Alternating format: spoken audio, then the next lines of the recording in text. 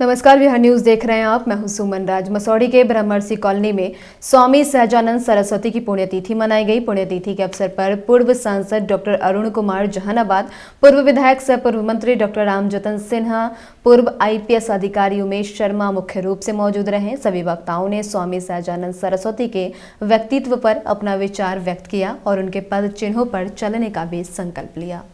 स्वामी सहजानंद सरस्वती मूल रूप से मानवतावादी थे, इसलिए स्वामी सहजानंद कल भी प्रासंगिक थे, आज भी हैं और कल भी रहेंगे। वो पृथ्वी रहेगी, किसान रहेंगे, तो ये उनकी प्रासंगिकता हमेशा बनी रहेगी। इसलिए कि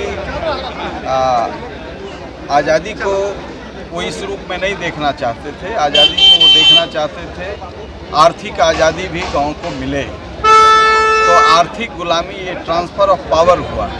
बहुत सारे उनके मतभेद के मुद्दे थे और सभी पॉलिटिकल पार्टियों से था, राइट से लेके लेफ्ट तक। तो उनकी प्रासंगिकता है इसलिए कि वो शोषण मुक्त समाज चाहते हैं और शोषण की मुक्ति का रास्ता गांव से है, खेत से है, खलिहान से। इसलिए स्वामी जी को जो लोग भी याद करते हैं वो निश्चित तौर से भविष्य संवारने के लिए चिंतन कर रहे हैं। भविष्य आज संकट में है, चूँकि किसान संकट में है। खेत खलिहान जब संकट में होगा तो उससे सांस्कृतिक, आर्थिक, सामाजिक और नैतिक सब पतन एक साथ होगा। इसलिए स्वामी जी की प्रासंगिकता है और कल भी रहेगा। जिस तरह से पटेल की प्रतिमा हिंदुस्तान के कोने कोने में स्थापित की है, तो स्वामी सहजानंद की प्रतिमा क्यों नहीं? देखिए, वो सत्ता दल के नेता थे। सरदार पटेल एक बड़े व्यक्तित्व के व्यक्ति जरूर थे, लेकिन स्वामी जी ने कभी, जैसे प्रिवी पर्स उन्होंने लाया, लेकिन प्रिवी पर्स के हम भी विरोधी थे। जमींदारों को कोई थैली मिले, ये इसके हम भी विरोधी हैं, आज भी विरोधी हैं। लेकिन जब पूरे परिप्रेक्ष्य में हम देखते हैं तो हमको लगता है कि 556 रियासतों को लॉर्ड माउंटबेटन के चालाकी से बचा करके एकत्र करना एक बड़ी चुनौती थी। आज एक जो हमारे बाहर रह गया है, जम्मू और कश्मीर, जिसको वर्तमान सरकार ने अंदर किया है, तो एक बड़ी ताकत थी। इंदिरा गांधी ने सिक्किम को साथ किया। आज भी कई हिस्से हैं, गिलगिट है, POK है, जो हमारे लिए संकट बना हुआ है। तो निश्चित तौर से स्वामी जी का वह सोच संपूर्ण राष्ट्रवाद की ओर था, लेकिन एक समझौता बीच में हुआ और उस समझौता के तहत पटेल ने बड़ा काम किया है। लेकिन स्वामी जी उनसे आगे थे, ये पटेल भी मानते थे। सरदार पटेल से बात पंडित नेहरू कर सकते थे, लेकिन स्वामी जी से बात करने के लिए जयप्रकाश जी को उन्होंने भेजा था।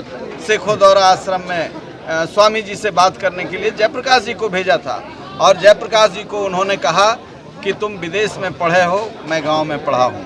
पंडित नेहरू को कह दो दुनिया में जो करें, बिहार में यदि जमींदारी उन्मूलन कानून लागू नहीं हुआ तो मैंने डॉक्टर श्री कृष्ण सिंह को कह दिया है कि इस कांग्रेस को उखाड़ के गंगा में डाल दूंगा। और श्री बाबू ने जाकर के नेहरू जी से कहा कि हम जमींदारी कानून लागू करेंगे। तो यहाँ लागू हुआ और देश में जब बैंक नेशनलाइजेशन हुआ, इंदिरा गांधी ने एक बड़ा संकल्प उस समय लिया, बैंक नेशनलाइजेशन और कोलफील्ड माइंस नेशनलाइजेशन, ये सब जब कर रहे थे तो उस समय एक बड़ा क्रांतिकारी। लेकिन यह 35 वर्षों के बाद, और स्वामी जी ने पहली दिन कहा कि बिहार में मैं नहीं मान सकता हूँ, नेहरू को कह दो यहाँ तक मान गए। तो कंट्राडिक्शन बहुत थे। स्वामी जी का जो रूप था वो शिव का रूप था। वो महाशिवरात्रि के दिन जन्म हुआ था, तो वो अमृत अपने लिए नहीं, वो विष ही अपने लिए लेकर के गए। और बड़ी आपको मैं बताऊं कि 50 वर्षों तक स्वामी जी को हिंदुस्तान के किसी नक्शे में नहीं रहने दिया। जब मैं पहली बार MP हुआ तो उनकी चर्चा मैंने मेडन स्पीच में की और हमला हुआ, लेकिन स्वामी जी आज स्थापित हो गए। उसके बाद 7 बड़े राज्यों में लोगों ने हमको बुलाया, स्वामी जी पर आयोजन किया।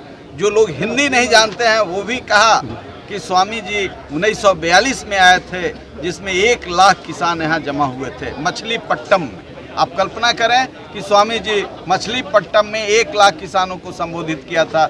आज तो फिल्मी कलाकार को मंच पर लाया जाता है 1 लाख आदमी जुटाने से, नहीं तो पैसे से होता है। आज स्वामी जी हृदय में किस तरीके से थे, इतने बड़े समर्थक थे सुभाष चंद्र बोस के, और जब उन्होंने कहा कि जर्मनी से मदद लेंगे और जापान से मदद लेंगे तो उन्होंने कहा कि सुभाष समझ जाओ कि एक यह देश बड़ा राष्ट्रभक्त खोएगा, तुम्हें देश के प्रधानमंत्री के रूप में मैं देखना चाहता हूँ। तुम कहाँ जा रहे हो, ये दुनिया के साम्राज्यवादी ताकतें तुमको निगल जाएंगे, और इस देश के गांव में इतनी ताकत है कि सारे मगरमच्छों को एक बार समाप्त करेंगे। तो सुभाष चंद्र बोस से भी मुंह पर स्पष्ट उन्होंने कहा कि तुम हमारे अच्छे मित्र हो, लेकिन यह देश बड़ा राष्ट्रभक्त खोएगा, और वही हुआ। तो बड़े दूरगामी सोच के आदमी थे, और उनकी कल्पना जो थी उसको दबाया गया। जब क्रिकेट खिलाड़ी सचिन तेंदुलकर भारत मिल सकता है तो स्वामी सदानंद सरस्वती क्यों नहीं भारत मिला चाहिए? भारत रत्न की बात हमने की और हम लोग कर रहे हैं, लेकिन देने वाले ये समझें तब ना। समझ रहे थे लोग कि स्वामी जी की प्रासंगिकता क्या है। जात में यह देश बटा हुआ है, इस जात की आबादी कम है, इसलिए 50 वर्षों तक संसद में चर्चा नहीं हुआ।